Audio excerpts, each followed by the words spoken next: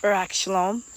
I greet you, brothers and sisters, in the name of Yahushua HaMashiach, Baruch Bahasham Yahuwah the Most High, and His Ben Yahusha. Welcome to part 6 of the video series called Idolatry. And in this part, we're going to be speaking about the deception concerning the Jews, and I mean Jews, not Yahudim, but Jews. That third temple that they are rebuilding.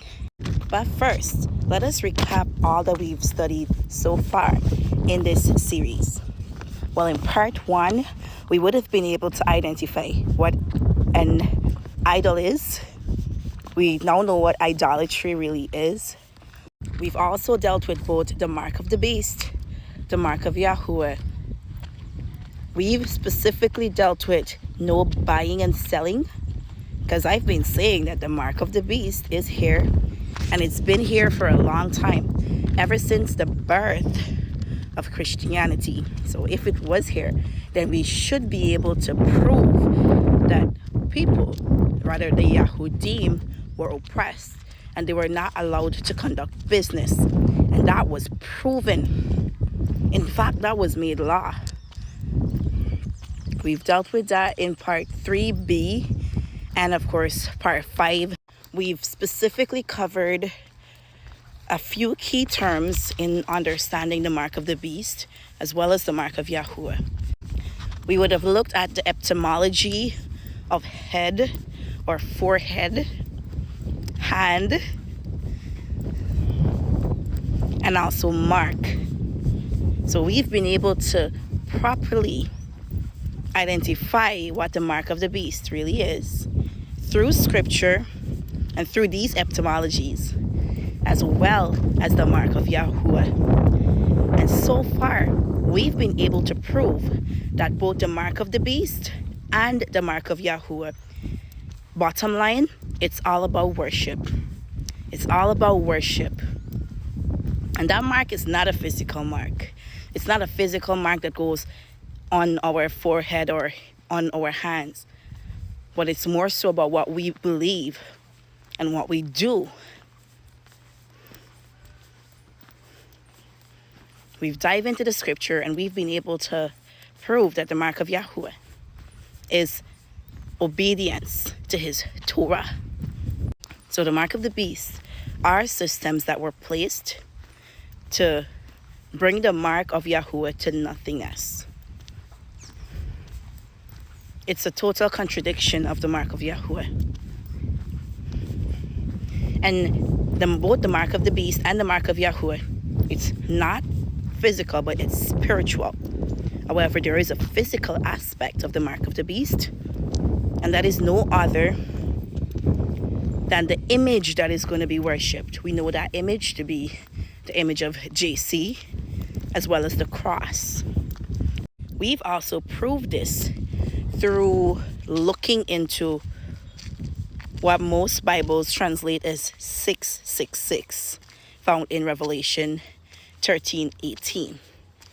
Now that should not be 666, but rather Chi Sigma, a Greek symbol that gives us the name of JC, the cross, and an image, that image of JC. Yeah, that is the mark of the beast. And again, bottom line is worship. It's all about worship. Worship that goes to the beast or goes to Yahuwah. We also recognize that the mark of the beast, if someone has the mark of the beast, that means that they do not have the mark of Yahuwah. And if someone has the mark of Yahuwah, then they would not have the mark of the beast.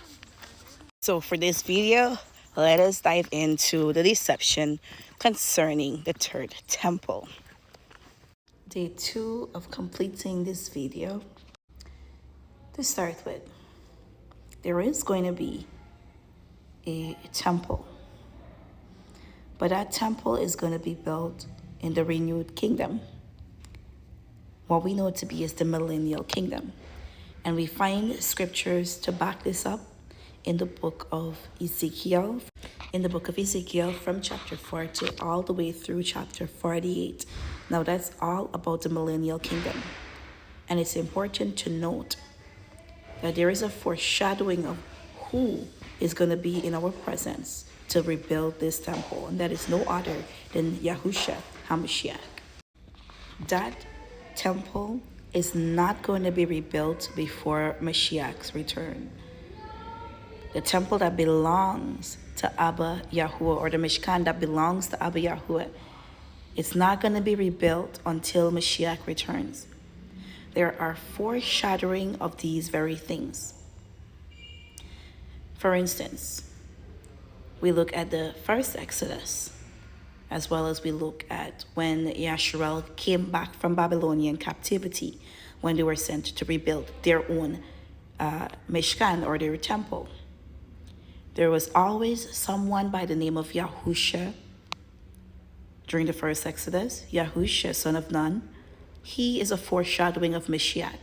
Mashiach is going to be the one who then leads us into the millennial kingdom, or leads us into the promised land. Now, when it comes to the second Yahushua, this would have been during the days of Nehemiah and Ezra. There was someone by the name of Yahushua who literally led the people with rebuilding that temple. We read of him in the book of Ezra. So there are foreshadowing of what is to come. And in the book of Ezekiel, from chapter 40 through 48, we see that Mashiach is going to be there in our midst, even when that Mishkan is being rebuilt. What is being done today has absolutely nothing to do with Abba Yahuwah. In fact, the people who are claiming to be rebuilding that temple, go ahead and read Revelation chapter 2, verses 9. They have absolutely nothing to do with Abba Yahuwah. In fact, they are the synagogues of Hashatan. So it's important to know that Yahuwah said that a temple, a house, cannot sustain him. Let us read a little bit. Isaiah 66, verses 1 through 2. Thus said Yahuwah, the Shemayim are my throne, and the earth is my footstool. Where is this house that you built for me? And where is this place of my rest? And all these my hand has made, and all these that exist, declares Yahuwah. Yet to such a one I look, on him who is poor and bruised of spirit, and who trembles at my word. 1 Kings chapter 8, verses 27. For is it true? Allah dwells on the earth. See, the Shemayim and the Shemayim of the Shemayim are unable to contain you. How much less this house which I have built. 2 Chronicles chapter 6, verse 18. For is it true? Allah dwells with men on the earth. See, the Shemayim and the Shemayim of the Shemayim are unable to contain you. How much less the house which I have built. Isaiah 57, verses 15. For thus declares the high and exalted one who dwells forever, whose name is Kadesh.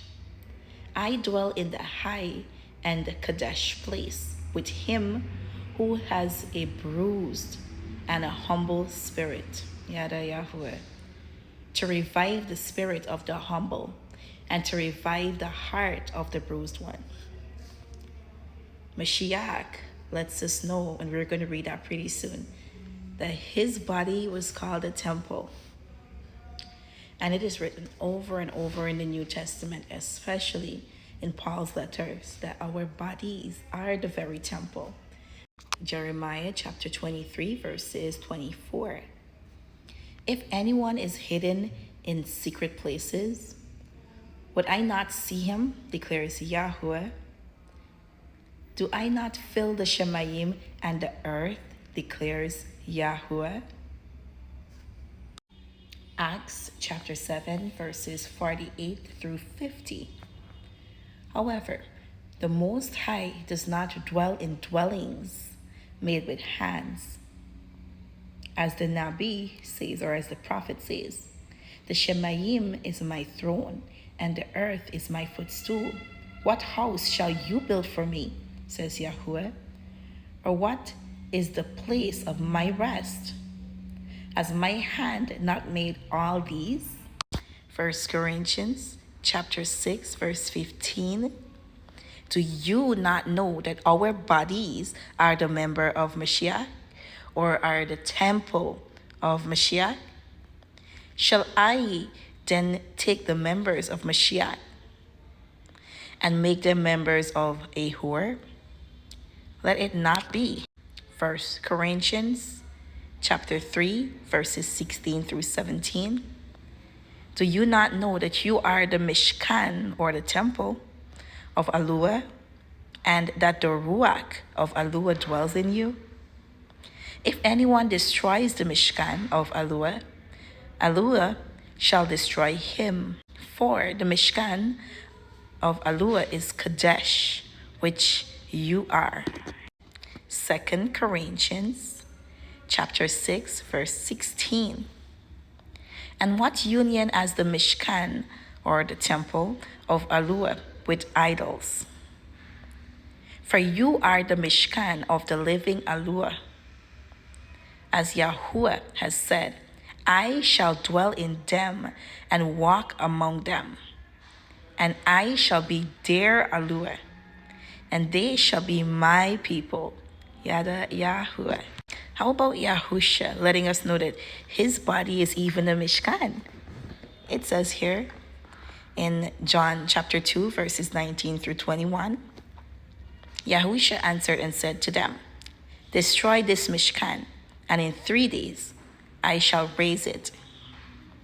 Then the Yahudim said, it took 46 years to build this Mishkan, and you are to raise it in 3 days? But he spoke about the Mishkan of his body. So even his body is a temple. We are told that our bodies are the temple. There is absolutely no need for a third temple. As we see, even Abba Yahuwah said that these buildings cannot sustain him. Not even the Shemayim of the Shemayim can hold him. What makes us think that he needs these physical temples made with human hands? Now, again, there is going to be a temple that's rebuilt, that Mashiach is going to lead in rebuilding. But it's not going to be one that is built by these people. Even when we look in the book of Ezra, Nehemiah, we see that Yasharal, they wanted to rebuild their own Mishkan.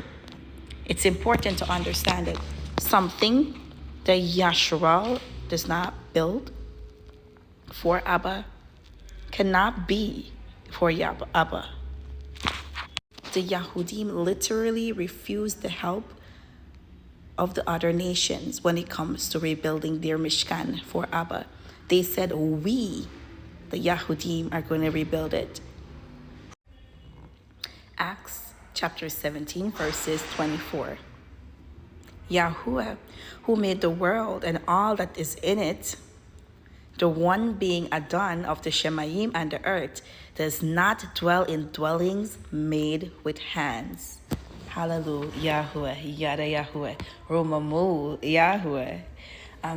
In the next video, we are going to be going through 2 Thessalonians chapter 2, because there is a whole lot of controversy surrounding that particular chapter. And just like I said in part 2 of this video series, you may have been taught many doctrines supporting a physical third temple being rebuilt, whereby the anti-Mashiach is going to reign in. But those are all doctrine of men. In fact, There is absolutely nowhere in scripture that tells us that there's going to be a physical third temple rebuilt, that a man of sin is going to reign in. That temple that is being spoken of in 2 Thessalonians 2 is our bodies. Like we've seen here, our bodies are the Mishkan. We are the Mishkan. Shalom, and I'll see you in the next part.